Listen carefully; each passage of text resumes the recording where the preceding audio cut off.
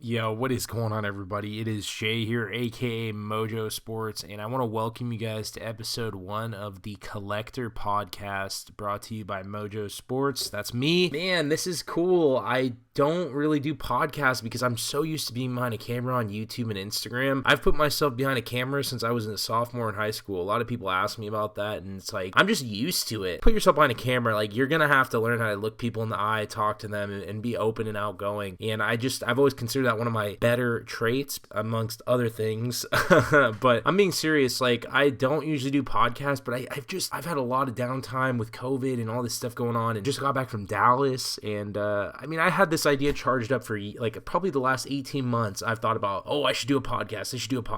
I'm gonna have time for a podcast, and then I just don't do it because of other things. I've had a really clear schedule. I've had a clear head. So yeah, that's the key right now. And you know what the point of this podcast and what you guys are basically what to expect from the podcast. So obviously we're going to talk about cards, we're going to talk about autographs, and like, I actually want to bring collectors on this thing. You know, sometimes you guys are going to hear me solo, and other times I'm going to bring collectors on. And you know, I think it's important to get to know people beyond the cardboard, you know, how they started, what year they started, what's changed, what they're looking at buying, what they are collecting, what their personal collection is, the shows they want to go to, and how collecting during COVID has changed their life. You know, and a lot of people have had their lives changed because of COVID. And I think what we really want to see here is transparency. I'm not going to ask people what your best investment was all the time. I want to hear about your worst investments and like all the life stuff that goes on. Like, usually when life kind of hits, you know, a lot of us go toward the hobby. I mean, during COVID, look at all the people that started collecting. I mean, it's insane. But I definitely want to get to know people, and I want you guys to know them. I think spotlighting collectors and honestly just talking about this whole thing and hearing different perspectives is really important. I mean, you can't beat listening to somebody else's twists and their own experience. I mean, I know collectors have been doing this for 10, 20, 30 years, so I mean, they've seen a lot. And with like how the card market is now, the modern market, I mean, you trust me, you want to check your sources. You want to hear what real collectors are thinking. I mean, a lot of people like to charge money and tell you what to buy and why this is such a great investment. And it's like, I mean, make sure you watch the player when you listen to these people's advice. I mean, some people pay these people for advice. It's like the biggest pet peeve. I should just totally talk about it on a podcast, but I think it triggers me so much because this has never existed before, and the fact that it exists now just kind of shows you, it just seems like a dark hole. It's just a dark hole of somebody telling somebody else what to do. And also, I've seen people on there just charge the monthly fees, and then they're like, I'll do a personal FaceTime with you for 2 hours, and it's like, dude, what are we going to talk? I want to pay for the service and record the expert in investing in sports cards to just talk to me for 2 hours on a FaceTime, and I record it, and I just want to ask him what are you going to offer me? Are you going to tell me, do you have inside information with Trae Young's family that he's going to like have 60-point games coming up? Because what else are we going to talk about on that FaceTime? Like, are you going to tell me what you're going to have for dinner, and you know what else, what the family's doing this weekend? You know, like, that's what I don't get. Like, this guy's saying like $60 for a 2-hour FaceTime. It's like, dude, are you kidding me? If I ever got to that level, guys, you can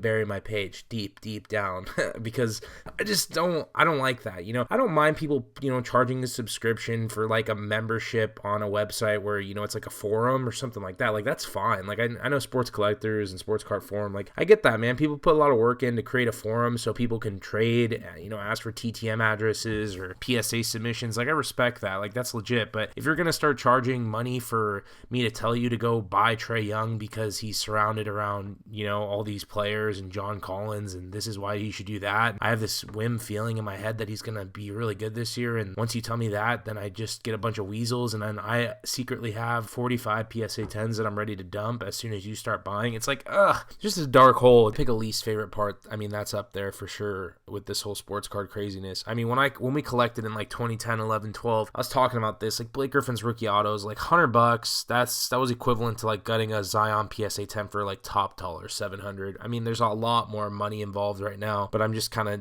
just going off the hype. It's insane to me. Nobody's perfect, so I get that, but I would highly suggest, like, if you're in that market of you're paying someone for advice on investing in sports cards, I'd highly recommend rescinding that money and using that money toward buying something for your personal collection, because if you invest in some stuff you like, you won't be regretting it later, you know? Like, my team's the Kings, man. I love the Sacramento Kings. They are not, I'm not gonna lie, they're playing pretty well.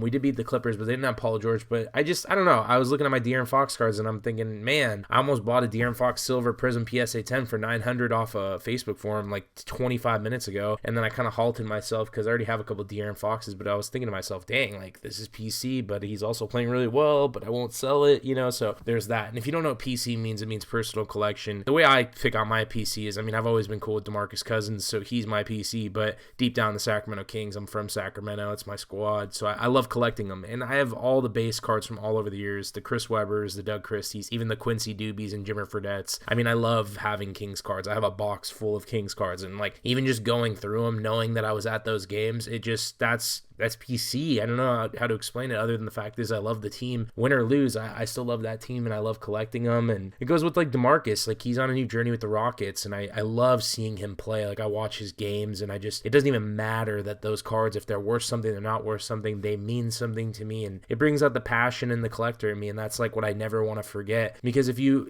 think back, like think about this while you're listening to the podcast. What was your first year collecting, and what packs or autographs did you go for or open? Think back. For me, 2010, 2011, that was like my first year collecting, and there was wax all over the place. 2011 Topps Update, those Trout packs, I remember buying rack packs of those, and like I didn't even know anything. Like if you would have asked me during 2011, oh yeah, who's Mike Trout? I would have said, oh yeah, I think he's going to play for the Salt Lake Bees, their AAA team, because I had heard of Mike Trout, but not well enough, I was graphing AAA baseball during that, getting in-person autographs at games. I was going for guys like Matt Dominguez. He was like a top prospect for the Marlins, and then Dustin Ackley for the Seattle Mariners, like in years past, or in like the year or two later, 2011, 12, 13. It was just ridiculous. And then there's this guy named Mike Trout that everyone's freaking out over now in 2020. It's like, well, can I get that time machine back to my first year collecting to buy some packs? I'm sure everyone from 1986 is probably thinking that as well, even though I wasn't born during that. It's insane. I saw a sealed wax box of that at the Dallas show, and I just was in shock. It was so cool to see it. Crazy, like my first year collecting, like I would have never... I can't imagine the young collectors now. I was posting something about this dad posting on his Instagram story today about how his son had Tooth Fairy money to go buy packs of Pokemon, and I just saw that he was disappointed, and I just knew it, man. And in my heart, I was like, man, like I remember when I was first collecting, even though I was 14 years old, it's still like there was packs all over the place at Walmart. Like it wasn't an issue. And I just sent a DM to him, and I was just like, bro, send me your address. I'm like, I don't know what I'm going to send him. Like I'm going to see what they collect, but deep down, that's like, I know I have like a stack of Pokemon cards like that. They don't mean anything to me, and I think if I give it to them, it's not even about me getting like the credit for it. I think I was just I just feel like deep down it just felt good. It felt good knowing that someone else would use those cards. Like I cleared out like 3 boxes at the office the last 2 days since I got back from Dallas. I just put all these cards in a box, and they're like jersey cards. There's like low end autos and mid end autos that I started with when I first collected, and I'm thinking to myself, you know what, dude, these are just sitting here. Like what am I gonna do, 99-cent eBay list these? And it's like, no, like these are going to someone else. Someone else can cherish these cards like how I do the Doug Christies, the Jimmers, and the Quincy Doobies. Someone else feels that way about the Celtics and all these other teams like the Pacers. And like, if you're listening and you're a fan of those teams, like, you know what I'm talking about. You got the Jamal Tinsley from the Pacers and the Jeff Foster. The whole point about the father and son thing, it just felt good to message them, and he gave me the address, and I don't know, I have those stack of Pokemon cards, and it's like Pokemon in 1999, 2000, when I was like 4 or 5 years old. Like, dude, that was it. That was like my life. But now I'm like 26, and Pokemon's like not my thing. Do I love like watching people break it and open it? Of course, but like deep down, like I know I'm not a Pokemon collector. Like if I had a Charizard that was rare and like someone told me like, hey, I'll give you $2,000 for it, I would sell it and invest it toward a PC card or like a Michael Jordan rookie, something that I know like it's my thing. And that's no disregard to Pokemon collectors. I actually watch Pokemon card collector videos because I still like Pokemon, but I just know deep down it's like I don't know how to collect it. It's like the soccer cards for me. Like I love watching soccer, but I don't know anything about collecting it, so I don't really get too plugged in. But I do love watching people talk about it because I watch the World Cup, I watch the Euro Cup, and just all that stuff. So it's pretty interesting. But that father and son, like, man, much respect. I know it's hard to find cards, and it sucks, but there's nothing you can really do. I know that Targets and Walmarts are like limiting 1 box per person and stuff like that. And I just remember when I first started collecting, it wasn't an issue to find retail. I mean, you were literally opening retail, and then the second you opened it, you were thinking after you didn't get anything, you're like, well, if I didn't get an autograph for a jersey card, that was a waste of $19.99. And now today it's like you pull like a rookie card of a star and like you're freaking out. But it's funny because like during 2010-11, if you pulled like a Trout or something like that, like it was just a rookie card or just something like that, you know. I'm using Trout as the example for 2010-11, but I mean anybody like the rookies, you just really didn't care, which is, it's just funny to me because now everyone freaks out over rookie cards. There was a period when like rookie cards just weren't a thing. I mean, you top load them, but you weren't thinking like, oh yeah, I pulled a nice rookie, let me send it in for grading to double and triple the value. It's like that wasn't even a thing, which just baffles me today because it's like, I mean, I'm speaking from experience. Like I've totally flipped rookie cards like that are graded for profit. It's unbelievable. And I've said this multiple times. If you wanted to make money, I don't know how it is, like how the market's going, but like literally just send raw cards in to get graded and you get 10s on those. I mean, that's just, you just sell them. I mean, if they don't mean something to you, just get a PC card, you know, or fund somebody else's PC, you know. The De'Aaron Fox Silver, it's like if you're not a Kings fan or Kentucky fan, and like unless you're not a Fox fan, it's like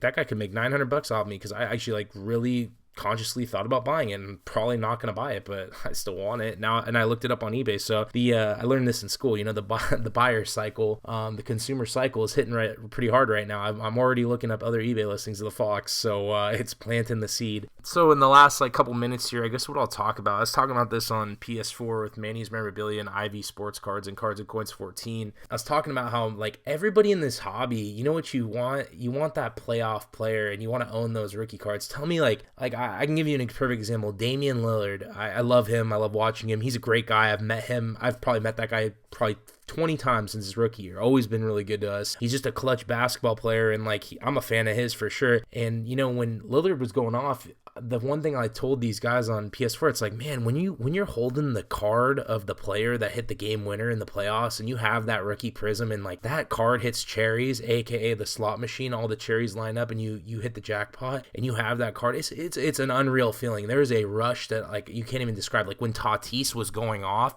and I knew I had bought those rookie cards at 70 per, I was through the moon. Like it was amazing. I got a huge rush off of it, and that's like the investing rush. Like I don't know how many people talk about that, but there's like a thing called a graphing rush, and like card collecting, like when you have the card of the player that's the shit, then it's like, it's amazing. You know, there's like it's like unlike anything you can experience. Like when the Nuggets are going off and like Porter Jr. is like averaging 30 points a game, like, and if you have that card, you're stoked. You're like, dang, I picked the right player. I got the guy. Everyone wants to have that feeling of having the guy. The thing is like if you have a bunch of variety, like you're gonna have that guy, you know. It's like Brady and Mahomes, look, think about all those returns that are happening right now as I talk. There's probably tons of returns on eBay, and like Brady, everyone's probably thinking, man, I should have gotten a chrome rookie. I should have gotten this Brady. Like I'm even thinking it in Dallas. This guy was selling like a limited auto monikers BGS 95. I think he only wanted like 2,200, and I'm looking at the price now and I'm thinking that's an easy $3 to $5 grand right now. And it's like, well, at the show everyone was all over Mahomes, like, and I'm not gonna lie, like I really love Brady. Like I think he's an unbelievable player. I thought it was gonna be a closer game than that, but the Bucs defense was just unbelievable, and like Brady's just, he's insane. I've never hated Brady at all,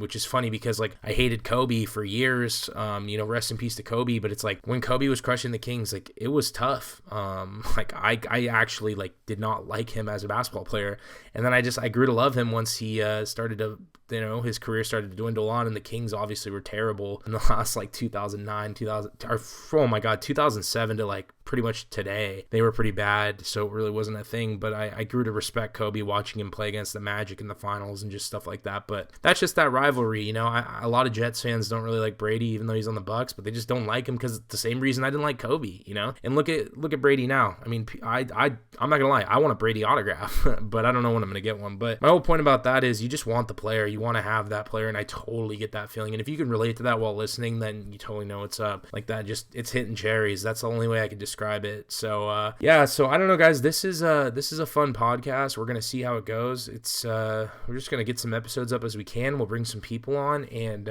you know, if you guys have any topics you want me to throw on, you know, start DMing me on Instagram and all that, and I'll get some content up. We're gonna have YouTube videos too, but for the podcast, if you have topics or you want me to feature somebody on here, we'll get them on the podcast and we'll get it going. So I hope you guys have a great week. I want to thank you guys for listening. If you guys want to reach out to me, I'm on Instagram at Mojo Autographs, and on YouTube I am Mojo Sports. Hit me up, and let's all have a great week. I will talk to you guys later. Thanks for listening to the podcast. See you guys.